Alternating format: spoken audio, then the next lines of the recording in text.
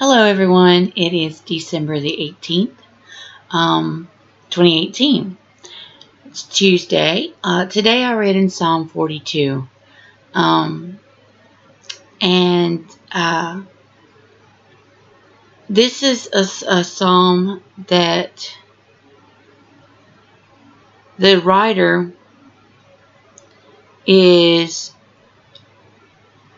seems that he's been searching for God about a certain situation for a while. In verse 3, I'm going to read the first 3 verses. Psalm 42, verse 1. As the hart panteth after the water brooks, so panteth my soul after thee, O God. My soul thirsteth for God, for the living God. When shall I come and appear before God? My tears have been my meat day and night, while they continually say unto me, Where is thy God? So,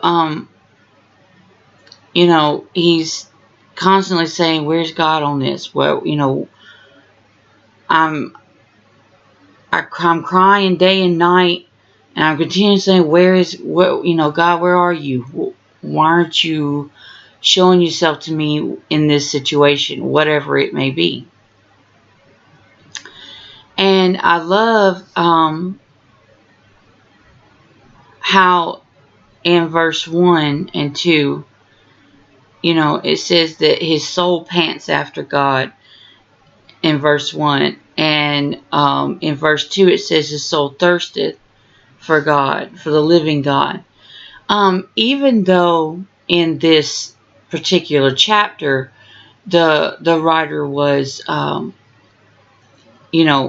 searching God for something particular, I think our souls should always, no matter whether we're on a mountaintop or in a valley or somewhere in between, I think our souls should always be thirsty for God, searching Him, getting to know more about Him. The chapter goes on, and the writer keeps talking about how, when I remember things, I pour out my soul. I even went to church. In verse 4, he says, I went with the house of God, and with a voice of joy and praise, with a multitude that kept holy day. I went to church, I praised you, and then he starts being upset with himself. Why are you cast down, oh my soul?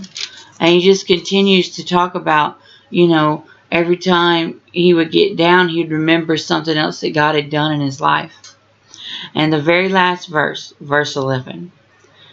Why art thou cast down, O my soul? And why art thou disquieted within me?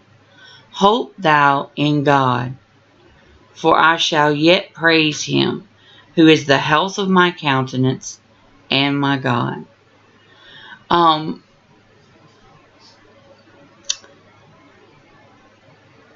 He finally, he kind of pep talked himself into, the realization, hey, it doesn't matter.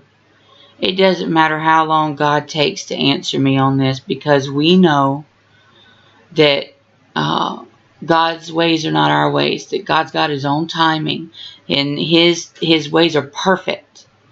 So while we may be thinking, this is desperate, Lord, I need an answer, the Lord sees ahead, and he knows, no, it's not yet, it's not time yet.